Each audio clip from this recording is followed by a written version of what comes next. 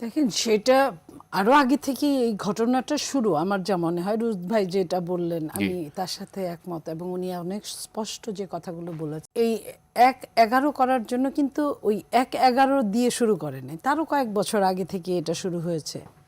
সেটার পরে আজকে পর্যন্ত আপনি বলেন যে বাংলাদেশের রাজনীতি কি কোনো সুষ্ঠুভাবে সম্পন্ন হয়েছে? শেখ হাসিনার ৪বার ক্ষমতা নেওয়া, দখল করা, এটা নেওয়া না, এটা ইলেকশন না, এটা ইলেকশনের একটা মহড়া, এটা ইলেকশনের একটা নাটক, বা এটাকে কি বলবো আমি ঠিক বলতে পারছি না। কখনো নিশিরাতে, কখনো বিনা ভোটে, যখন যেটা সুবিধা হয়েছে প্রহসন করেছে, কখনো আমিডামি। এই যে নির্বাচনগুলো, এগুলো কিন্তু সব ১-১১ ফলাফল। ১-১১ যদি কারণ যদি হয়ে থাকে যে ভিত্তিটা দিয়েছিল হয়তো, হ্যাঁ, ১-১১ ফলাফল। এই ঘটনাটা কিন্তু দেশনেত্রী বেগম খালেদা জিয়ার সাথে হতে পারতো। ওনাকেই কিন্তু আগে অফারটা দিয়েছিল যে তুমি যদি ইনডেমনিটি দাও, তুমি যদি আমরা যা বলি তার কিছুটা শোনো, তাহলে তুমি ক্ষমতায় আসবে। তার মানে যেই ক্ষমতায় আসতো সেই ৩-৪ বারই থাকতো। এই আলোচনাটা তখন খুব ছিল আর কি। হ্যাঁ, এবং এইভাবেই তাকেও বিএনপি কেও হয়তো বা পালিয়ে যেতে হতো, বা বিএনপি তো পালানোর জায়গাও ছিল না, কারণ প্রতিবেশী তো 3 দিকেই একটা দেশ। বিএনপি কোথায়? এই জায়গাগুলো বিএনপির আরো খারাপ অবস্থা হতো, যেটা ১-১১তে হয়েছে। সবাই রাতে একখানে যে অ্যারেস্ট করে রেখেছে, কেউ কাউকে দেখে নাই, কান্না শুনেছে, একজন আরেকজনের কান্না শুনে বলছে তুমি কে। এই যে আলোচনা কথা হয়েছে, যেটা পরবর্তীতে আমরা সালাউদ্দিন কাদের চৌধুরী বলেন, আরও যারা যারা ছিলেন ওইখানে, তাদের কথা থেকে আমরা এগুলো পেয়েছি। তো এখন এই জায়গাটায় তারপরে শেখ হাসিনার যে এই প্রহসনমূলক এতগুলো টাইম গেল, একটা আয়না ঘর হলো, আপনার খুন গুম থেকে শুরু করে হেন কিছু নাই যেটা হয় নাই। আপনার র্যাবের যে অবস্থা, অথচ এই র্যাবের জন্য শেখ হাসিনা প্রথম নির্বাচনী ইশতেহারে নবম জাতীয় সংসদে বলেছিলেন যে উনি ক্ষমতায় এসে প্রথমে র্যাবকে বিলুপ্ত করবেন। উনি তো বিলুপ্ত করেনই নাই, বরং অনেক অনেক বেশি ক্ষমতা তাদেরকে দিয়েছিলেন, রাক্ষস বানিয়ে ফেলেছিলেন।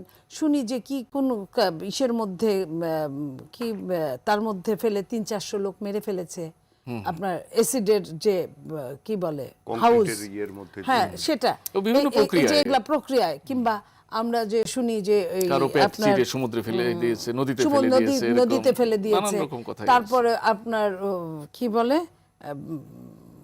ইট পুরানোর কারখানা, আপনার সেখানে পুড়িয়ে মারা হয়েছে অনেক, ইটের ভাটাতে।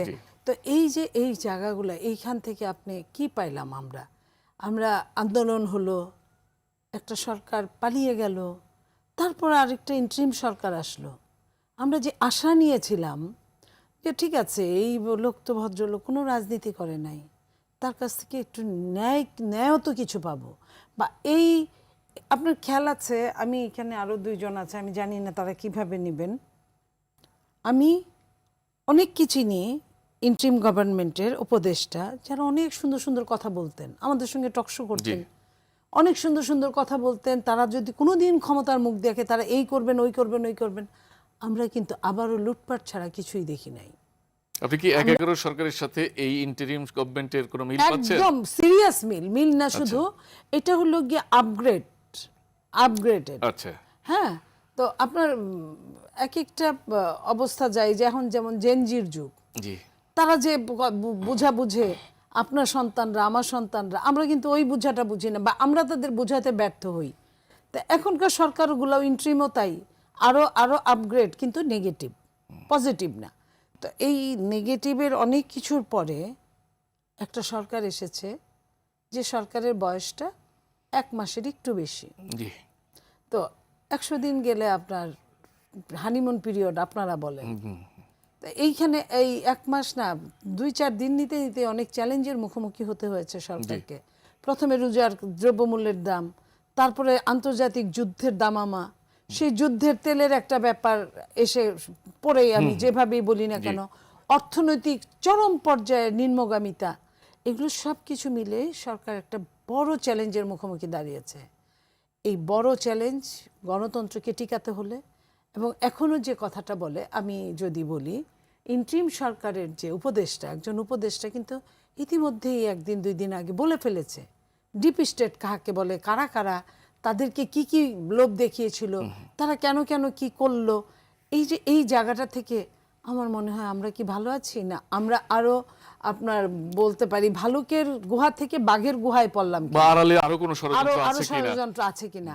আমি মনে করি যে যারা আজকে সরকারে আছেন তারা, আমি যদিও ওই দলেরই একজন কর্মী, আমি সবাইকে তো সবার সাথে কাজ করার সৌভাগ্য হয় নাই জানি না, তারা যেন এই জিনিসগুলো অন্তত বুঝেন, যে সিরিয়াসলি নেন আর কি। একদম সিরিয়াস কেয়ারফুলি, বি কেয়ারফুলি। আমি এই দেশের মানুষের জন্য এই কথাগুলো বলছি।